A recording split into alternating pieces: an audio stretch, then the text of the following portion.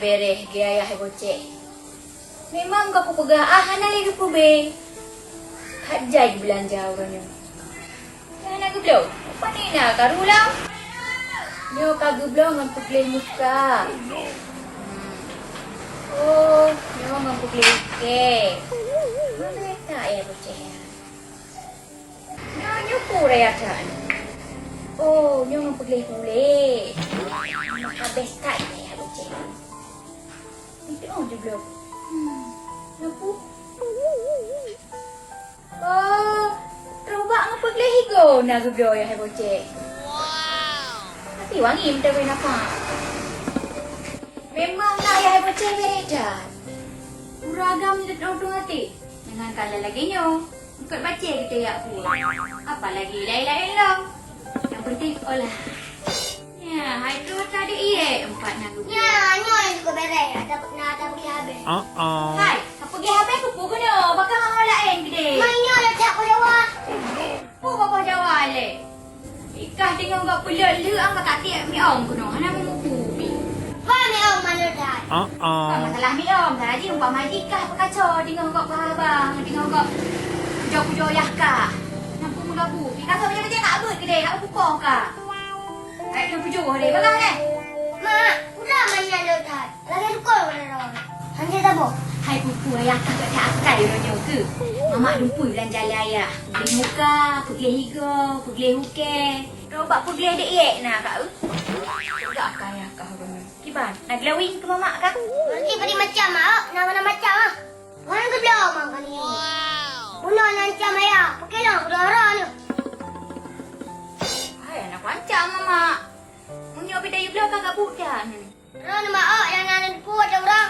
Pergi muka. Pergi okey, pergi higo. Mana ibu berada man?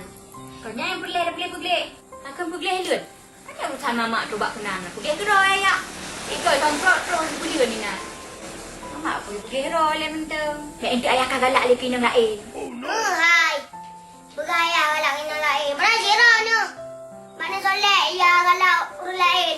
Hai mak, tengok mak kan. Ada orang. Mereka dia pergi rau. Pergi okey, pergi higo. Pergi muka. Pergi hati kagak ni belum bayar buat pergi hati. Hai boceh. Artinya hang tuan apa le? Handu tiba hai di pulih kau ate dayo. Karena kami anak pergi hati. Tanya kakak bro. Mamro kakak hit bro.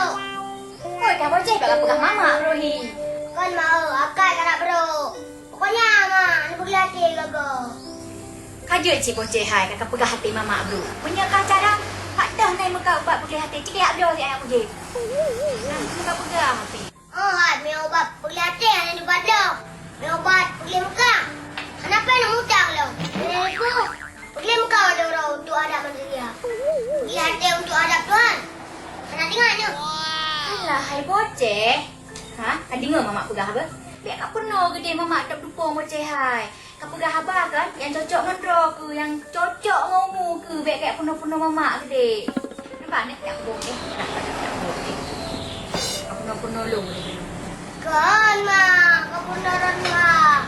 Ubah pergi hati lu tu mak. Ada.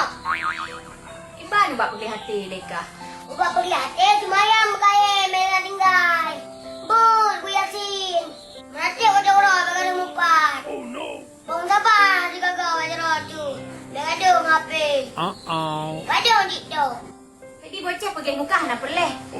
Pergi muka ya mak. Tapi pergi hati